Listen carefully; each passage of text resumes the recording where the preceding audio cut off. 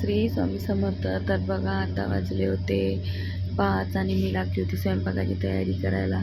तर इथे बघा मी बनणार होती आज मुंगण्याच्या शेंगाचं वरण. तर तुम्ही पण वरण बनवता की भाजी बनवता का भरीत बनवता तर कमेंटमध्ये नक्की सांगा. तर हे बघा इथे मी 2-3 मानाच्या दारी धुवण्यासाठी घेतल्या होत्या. आपल्याकडे ज्या असेल त्या टाकू शकतो, पण 2-3 मिसळ डाळी टाकल्या तर वरण खरंच खूप चविष्ट लागतात. आणि अजून पण या शेंगाची भाजी किंवा वरण काहीच आमच्या घरी बनलं नव्हतं. पण यावेळेस मी माझ्या जाऊला बाजारात शेंगा आणायला सांगितल्या होत्या. कालचा मी बाजाराचा व्हिडिओ पण टाकला होता, त्याच्यामध्ये बघितले असेल तुम्ही. म्हटलं एक भाज्या खाऊ बोर झालं तर नवीन काहीचं भाजीचं आण. तर तिने आणलं होतं. तर आज त्याचं वरण बनणार होती. त्यासाठी मी उडदाची डाळ, मसूरची डाळ आणि तुरीची डाळ स्वच्छ धुवून घेतली आणि त्याच्यामध्ये टमाटर, मिरची आणि बारीक कापलेल्या मुंगण्याच्या शेंगा कापून घेतल्या. एक पडी तेल आणि हळद टाकून घेतलं. त्याच्यानंतर वरण भाताचं कुकर लावायचं होतं, तर तांदूळ पण निवडून घेतले. तांदूळ पण छान स्वच्छ धुवून घेतले आणि वरण भाताचं कुकर मी इथे लावणार होती. बघा तुम्हाला व्हिडिओमध्ये दिसेल. आणि लहान व्हिडिओ म्हणजे शॉर्ट व्हिडिओ आपल्या चॅनलवरती अपलोड झाला होता, तर तुम्ही तो बघितलाच असेल. तर बघा इथे तसं मला हे मोठं कुकर लावायला तसं जमत नाही फारसं, कारण माझ्याकडे मोठं कुकर नव्हतं. छोटंच कुकर आहे. माझ्या जाऊचं आहे. आता आम्ही एकत्र राहतो तर मी तिचं कुकर वापरते. तर जास्त तर वरण भाताचं कुकर तेच लावते, पण आज मला व्हिडिओ घ्यायचा होता म्हणून म्हटलं मी लावते. तर बघा, आणि खरंच सांगतो टमाटर, मिरची सर्व एकातच टाकून जर वरण शिजवून घेतलं तर वरण खरंच खूप चविष्ट लागते.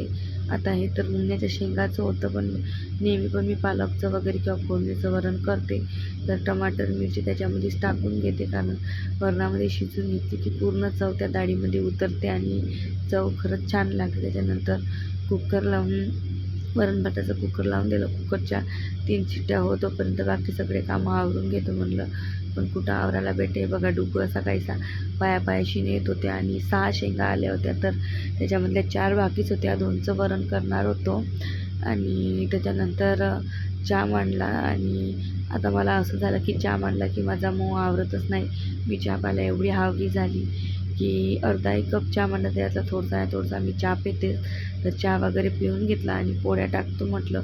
मग सगळेजण म्हणत होते आम्ही भाकरी खातो. तर म्हटलं कशाला पोळ्या, सगळ्यांसाठी भाकरीच टाकते. आणि माझ्या डुगूसोबत खेळायला तेवढ्या साऱ्या मैत्रिणी आल्या होत्या आणि त्यांच्यामध्ये माझा डुगू मस्त खेळत होता. तोपर्यंत मी भाकरी बनवून घेतल्या, तुम्हाला व्हिडिओमध्ये दिसल्याच असेल. तोपर्यंत वरण भात पण छान शिजला होता, भात पण झाला होता. आणि बघा वरण पण छान मस्त शिजून गेलं होतं पिन्ना. त्याला रवीनं आयटाची काही गरज नव्हती. चमच्यानी फिरवलं तरी ते पूर्ण मिक्स होऊन जात होतं, पण म्हटलं थोडीशी रवी लावावं. तर हे बघा इथं मी वरणाला रवीने छान आयटून घेतलं. बघा तुम्हाला दिसलं तर व्हिडिओमध्ये पूर्ण शेंगा, टमाटर, मिरची त्या वरणामध्ये बारीक होऊन गेले, काहीच राहिलं नाही. म्हणजे असं वाटलंच नाही की त्या वरणामध्ये आपण काही टाकलं. आणि 3 शिट्ट्यामध्ये वरण शिजून पण छान मोकळं झालं. त्याच्यानंतर थोडंसं पाणी घालून त्याला छान आयटून घेतलं. बघा व्हिडिओमध्ये दिसत आहे त्याप्रमाणे बघा.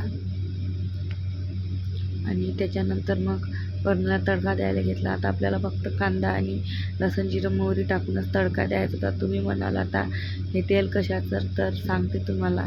मी मग अशी पापड तळले होते, तर हे त्याचं तेल होतं. आणि मी कधी पण जर काही तळलेलं असलं तर त्याचं तेल वापरते, कारण खरंच कोणत्याही भाजीला असो किंवा वरणाला असो त्या तेलामध्ये तडका दिला, फोडणी घातली तर चव वेगळीच लागते. ते म्हणून मी थोडंसं काढून ठेवलं आणि थोडंसं कढईमध्ये ठेवलं होतं. त्याच्यामध्येच आता कांदा, लसूण, जिरं आणि मोहरी टाकून छान वरणाला तडका देणार होती. तर बघा व्हिडिओमध्ये याप्रमाणे. आणि माझा लसूण जिरं काढी तोपर्यंत व तडका म्हणजे फोडणी जरून गेली होती, कारण डुगू पण आता राहत नव्हता बरोबर, म्हणजे त्याचे वेळ झाली होती. आणि मला पण भाकरी वगैरे करतो उशीरच झाला होता, म्हणून फोडणी जरून गेली. पण काही नाही, वरण छान चविष्ट झालं होतं. आणि अजून आम्ही मुंगण्याच्या डाळीचं काहीच खाल्लं नव्हतं. आईच्या घरी एक वेळेस भाजी खाल्ली होती, त्याच्यानंतर आजही माझ्या घरी पहिल्यांदा बनत होती. माहीत नव्हतं कोण खाणार होते आणि कोण नाही. तर हे बघा अशा प्रकारे वरणाला तडका देऊन दिला. आणि जे डाळीचं पाणी म्हणजे कुकरमध्ये आपण स्वच्छ पाणी डाळीमध्ये टाकतो, तर तेच पाणी वरणात टाकलं की चव वेगळीच लागते. त्यानंतर तेच ग्लासभर पाणी टाकून घेतलं होतं. जास्त पातळ पण नाही आणि जास्त घट पण नाही, मीडियम असं माझं वरण झालं होतं. आणि तुमच्याजवळ जो मसाला असेल तो मसाला टाकून तुम्ही त्या वरणाला छान उकड्या काढून घ्या. 2-3 छान कदा उकड्या आल्या की वरण छान लागते. हे बघा, अशा माझ्या 2-3 उकड्या आल्या होत्या वरणात. त्याच्यानंतर मस्त असा सांबार बारीक कापून वरणामध्ये टाकून घेतला, गॅस बंद करून घेतला.